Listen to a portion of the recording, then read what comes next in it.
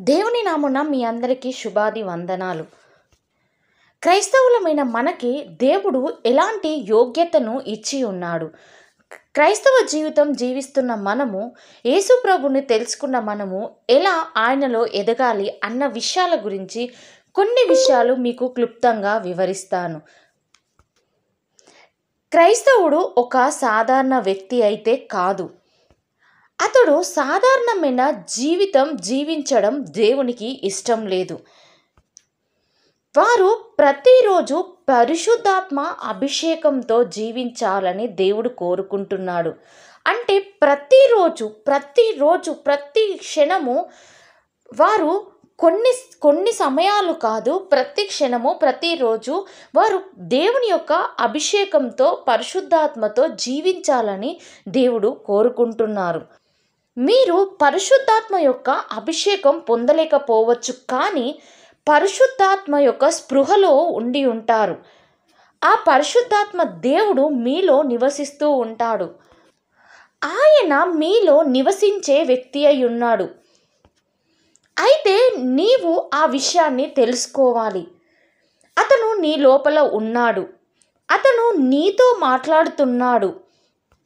పరిశుద్ధాత్మ శక్తి నీలో పనిచేయాలని కోరుకుంటున్నాడు. అతను నీ నుండి అతనికి ఒక కమ్యూనికేషన్, అంటే ఒక సహవాసాన్ని ఆయన నీ నుండి కోరుకుంటున్నాడు. హల్లెలూయా.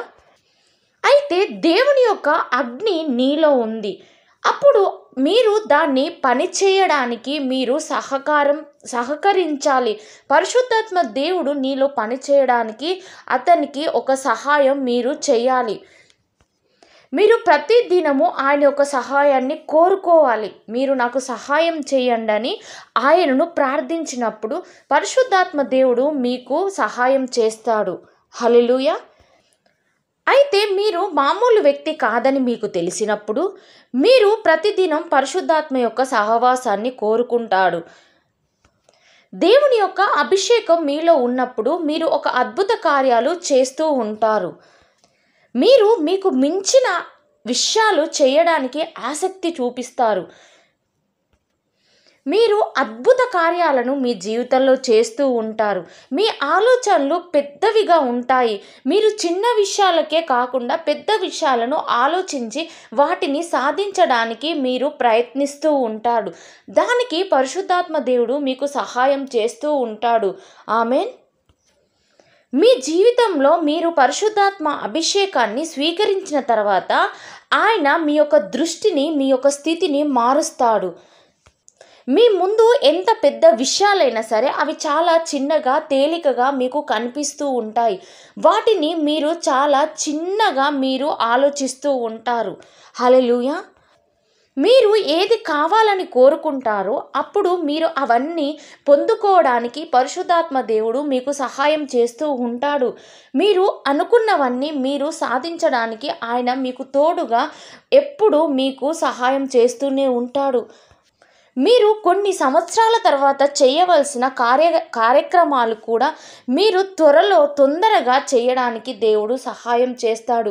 మీ పనులన్నీ త్వరగా ముగిస్తూ దేవుడు, పరిశుద్ధాత్మ దేవుడు మీకు తోడుగా ఉండి ఆయన సహాయం చేస్తాడు. ఆమేన్. దేవుడు మీ యొక్క సమయాన్ని వృధా కాకుండా మీరు చేస్తున్న ప్రతి ఒక్క పనిలో మీకు ముందుగా పరిశుద్ధాత్మ దేవుడు నడుస్తాడు. ఏనోచ్ దేవునితో నడిచాడని బైబిల్ చెప్తుంది. కాబట్టి మీరు కూడా దేవునితో నడవవచ్చు. దేవునితో నడవడం అన్నది చాలా ప్రాముఖ్యమై ఉన్నది. దేవుడితో మీరు నడిచినప్పుడు, ఆయనతో మీ జీవితం కొనసాగినప్పుడు మీరు ఎన్నో అద్భుత కార్యాలు చేయడానికి మీరు ముందుకు వెళ్తారు. అప్పుడు పరిశుద్ధాత్మ దేవుడు మీకు సహాయం చేస్తూ ఉంటాడు. హల్లెలూయా. పరిశుద్ధాత్మ దేవుడు ప్రతి విషయంలో మీకు శిక్షణ ఇస్తూ ఉంటాడు. మీ ఆలోచనలకు పదును పెడుతూ ఉంటాడు. మీకు మంచి ఆలోచనలు చెప్పుటలో ఆయన సహాయం చేస్తూ ఉంటాడు. ఆమేన్. మీరు ఇంతకు ముందు చేసిన తప్పులు అవి మళ్ళీ చేయకుండా ఆయన మీకు సహాయం చేస్తూ ఉంటాడు. మీకు ఏవి కరెక్టు, ఏవి తప్పు, ఏవి రైట్ అన్న విషయాలను ఆయన మీకు ఆలోచన చెప్పుటకు సహాయం చేస్తూ ఉంటాడు. మీరు ఒక సమయంలో ఏవైనా తప్పులు చేసినట్లు, పొరపాట్లు చేసినట్లుంటే అలాంటివి మళ్ళీ మీ జీవితంలో రాకుండా ఆయన మిమ్మల్ని ప్రొటెక్ట్ చేస్తూ ఉంటాడు. ప్రతిదినము ఆయన ఒక పరిశుద్ధాత్మలో మీరు ప్రతిరోజు ఆయనతో సహవాసం చేస్తూ ఉండాలి. ప్రతిదినం బైబుల్ చదువుతూ ఆయనతో సహవాసాన్ని మీరు చేస్తున్నట్లయితే మీకు మంచి ఆలోచనలు, మంచి జ్ఞానమును ఆయన ఇస్తూ ఉంటాడు. మీరు నడవవలసిన మార్గమును ఆయన నేర్పిస్తూ ఉంటాడు. ఆయన మీ చేయి పట్టుకొని మిమ్మల్ని నడిపిస్తూ ఉంటాడు.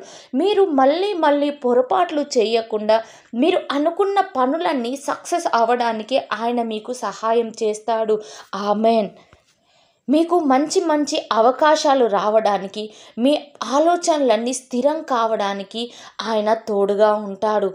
మీరు మంచి ఆలోచనలు ఆలోచిస్తూ స్థిరత్వంలో నిలబడడానికి ఆయన తోడుగా ఉంటాడు.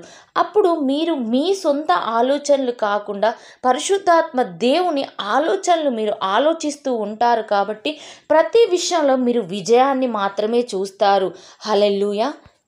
మీరు దేవుని పనిలో నిమగ్నమై ఉండండి. దేవుని పరిచర్యలో పొందండి. దేవుని పనిలో ముందడుగు వేయండి. దేవుని కోసం మీ సమయాన్ని కేటాయించండి. దేవుని కోసం మీరు పని చేయండి. ఎప్పుడు సాతానుని మీలోకి రానివ్వకుండా ప్రతిదినము మీ యొక్క హృదయాన్ని మీరు భద్రపరచుకోండి. దేవుడు మీకు సహాయం చేస్తాడు. వాడి యొక్క ఆలోచనలు మీరు త్రొక్కివేయండి. వాడి ఆలోచనలు మీకు రాకూడదంటే ప్రతిదినం మీరు పరిశుద్ధాత్మ సహాయాన్ని కోరుకోవాలి. అది దేవుడు ఇష్టపడుతూ ఉన్నాడు. మీ పట్ల దేవుడి ఆలోచన అలా ఉంది. మీరు ప్రతిదినం దేవునిలో పరిశుద్ధాత్మలో ఎదగడం దేవుడు సంతోషపడే విషయమై ఉంది. హల్లెలూయా. బైబిల్ చెప్తుంది, మీరు మీ జీవితంలో దేవుని పనిని ప్రోత్సహించాలి. మీరు జారిపడిన విషయాలను వదిలివేయండి. కొత్త విషయాల్లో సంతోషించండి. ఇక జరిగిపోయిన గతంని మీరు వదిలేయండి. కొత్త పనులు మొదలుపెట్టండి. ప్రతి పనిలో మీరు విజయాన్ని సాధించండి. హల్లెలూయా. మీకు ప్రార్థించే ఒక తలంపు లేనప్పుడు మీరు ఆయనను సహాయం అడగండి. బైబిల్ చదువుటకు అలాంటి తలంపు లేనప్పుడు మీరు దేవుణ్ణి ఆయన సహాయం అడగండి. మీరు ప్రార్థించే ఆత్మనివ్వమని దేవుణ్ణి అడగండి. అప్పుడు మీరు ప్రార్థించినప్పుడు దేవుని ఆత్మ మీ మనసును తెరుస్తుంది. ఆమేన్. మీరు మాట్లాడండి. నేను మంచి విషయాలు చేయబోతున్నాను. నేను ప్రయోజనకరమైన విషయాలు నేను చేయబోతున్నాను. నేను మళ్ళీ జన్మించి ఉన్నాను. నేను జరిగిపోయిన విషయాలన్నిటినీ మార్చబోతున్నాను. మేము గొప్ప కార్యములు చేయబోతున్నాము. దేవుని యొక్క ఆత్మ యొక్క శక్తి నా ద్వారా గొప్ప కార్యములు చేయబోతుంది. పాల్, పీటర్, జేమ్స్, మాథ్యూ, యేసు, అపోస్తలులు వారు చాలా విషయాలు చేసి ఉన్నారు. మరియు చర్చ్ చాలా విషయాలు చేసింది. కాబట్టి మనం మన జీవితంలో కోల్పోయినవన్నీ మళ్ళీ తిరిగి సాధించుకుంటాము. హల్లెలూయా. ఇక మన తరానికి మనం నేర్పించాలి. మనం వారికి ఒక సాక్షులుగా మనం నిలబడాలి. మన తరాన్ని మనం ప్రోత్సహించాలి. మన యొక్క సాక్ష్యాలు వాళ్ళ ముందు గొప్పగా ఉండేలా మన జీవితాన్ని సరిచేసుకోవాలి. హల్లెలూయా. యేసు పట్ల మనకున్న మక్కువ వారికి చూపించాలి. యేసుక్రీస్తు పట్ల మనకున్న ప్రేమ వారి పట్ల కూడా మనం చూపించి మన ముందు ఉన్న యవ్వనస్తుల్ని మనము ప్రోత్సహించాలి. దైవభక్తిలో వాళ్ళను నడిపించాలి. మరియు వారు యేసుక్రీస్తు కోసం తమ జీవితాలను అంటిపెట్టుకొని ఉండడానికి వారిని మనం సిద్ధం చేయాలి. పీటర్ అపోస్తలుడు మీ తరానికి బోధించడు. పాల్ మీ తరానికి బోధించడానికి రావడం లేదు. అతను తన తరానికి బోధించాడు. అయితే నేటి పాల్ ఎక్కడ ఉన్నాడు? నేటి పీటర్ ఎక్కడ ఉన్నాడు? అయితే మనకి స్వరం ఉండాలి. మనం స్వరమెత్తి దేవుని యొక్క సువార్త ఈ తరానికి ప్రకటించాలి. హల్లెలూయా. మనం వారి వలె పీటర్ వలె, జేమ్స్ వలె, పాల్ వలె మనం ఈ లోకంలో ఆయన కోసం సువార్త ప్రకటించుటకు, ఆయన కోసం పనిచేయుటకు ఈ లోకంలో మనం జీవించాలి. హల్లెలూయా. ఈ తరానికి మనము ఒక నిదర్శనగా నిలబడి దేవుని యొక్క వాక్యాన్ని బలపరచాలి. యవ్వనస్తుల్ని ఇంకా మనం నిలబెట్టాలి. ఆమేన్. ఈ కొన్ని మాటలు దేవుడు దీవించి ఆశీర్వదించునుగాక. ఆమేన్.